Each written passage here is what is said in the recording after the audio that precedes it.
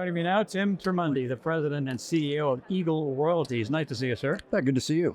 So the genesis of Eagle Royalties is the fact that you co-founded Eagle Plains Resources with your dad back in the 90s. Yep. You've recently moved yourself to the executive chair position at that company so you could spend more time and run Eagle Royalties. So why the spin out and why was this the best time?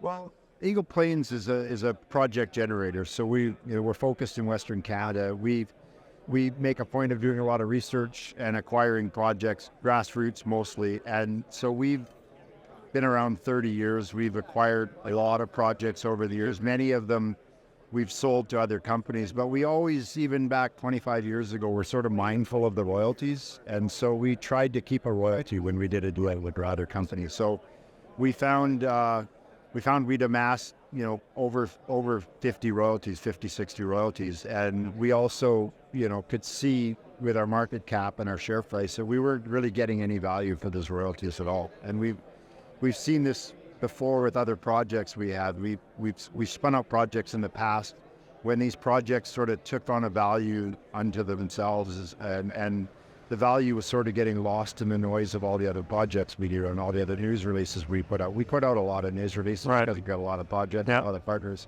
So we found that the way to realize value in these is to separate them, put them in another company, give our shareholders shares in the other company, keep a few shares maybe for ourselves, for Eagle Plains. And we found every time invariably the value of those two companies was worth usually significantly more than the value of all those assets in one company. So you're unlocking value. How would you say the market is receiving it? Well, overall, very favorably. I mean, our Eagle Plains shareholders are happy because this share came to them as a dividend. They're basically, it's a free ride for them, and they've seen over the years we've done this a few times, so they've sort of seen that this is beneficial to them. It's cumulative value to them. Unfortunately, timing-wise, we started this thing in May of 2023. And we've sort of gotten caught in the downdraft of all the juniors and everybody in the show right now. So the timing wasn't great. Okay. Our market cap is less than it was when we came out, but the value of the assets is there. It's intact. And we're very comfortable when things turn a little bit, and it kind of feels like they are now. I think we'll catch the updraft and the value will come through. And I'm also doing more marketing. We are doing more marketing as a company. We decided in the last 6 months that it was kind of swimming upstream, but we're seeing now, and we're doing this interview, that kind of thing. Okay, very good. So the portfolio is broad-based. You've got gold, you've got base metals, uranium, rare earths, more. So clearly you think that's the best approach to be diversified?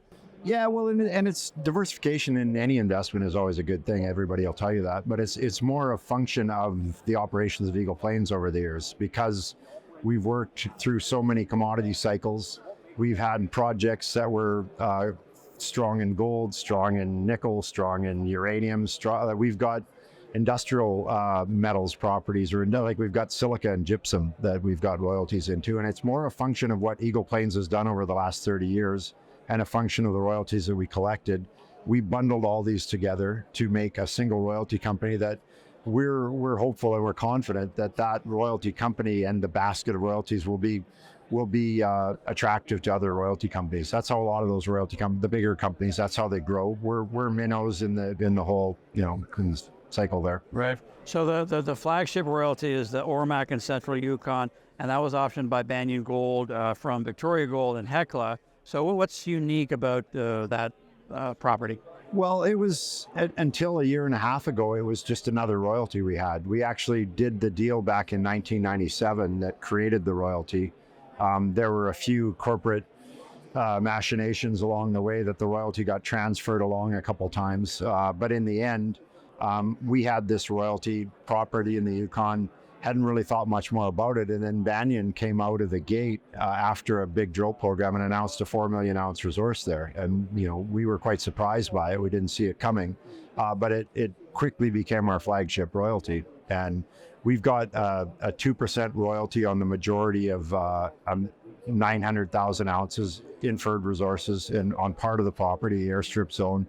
And we've got, roughly 30% land area on an inferred resource that's got 3.8 million ounces in there. So we know that this is of significant value. And with Banyan's ongoing drilling, they've been able to grow that resource too and demonstrate that that resource can get bigger. And we've got a lot more claims as part of that land package that have not had serious drilling, have not been included in the inferred resource.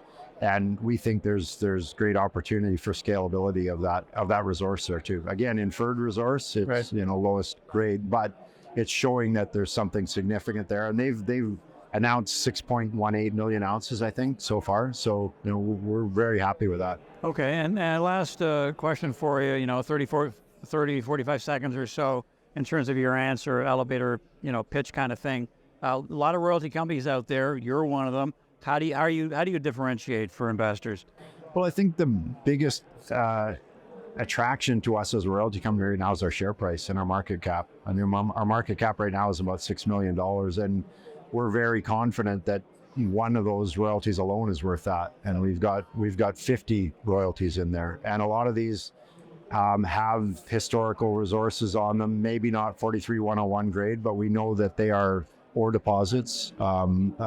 We don't know if they're economic or not. There's a long way to go for that, but there's a lot of exploration potential around a lot of these projects. And there's all these ones out that might come out of left field. It takes one drill hole to make a project very exciting. And again, with the diversification of commodities, and we're always looking to get work done on these projects. We don't really have much say in it as a royalty company, but we're seeing that a lot of these projects are starting to see work again. We've got a lot of uranium royalties, and all of a sudden, everybody is looking at uranium work right now. So we're just very confident that the value of the portfolio will grow and that we're attractive to other companies. Like we're a long way from revenue stream. We're a long way from production ourselves in any of these things. But, we're very confident that we're attractive to other royalty companies.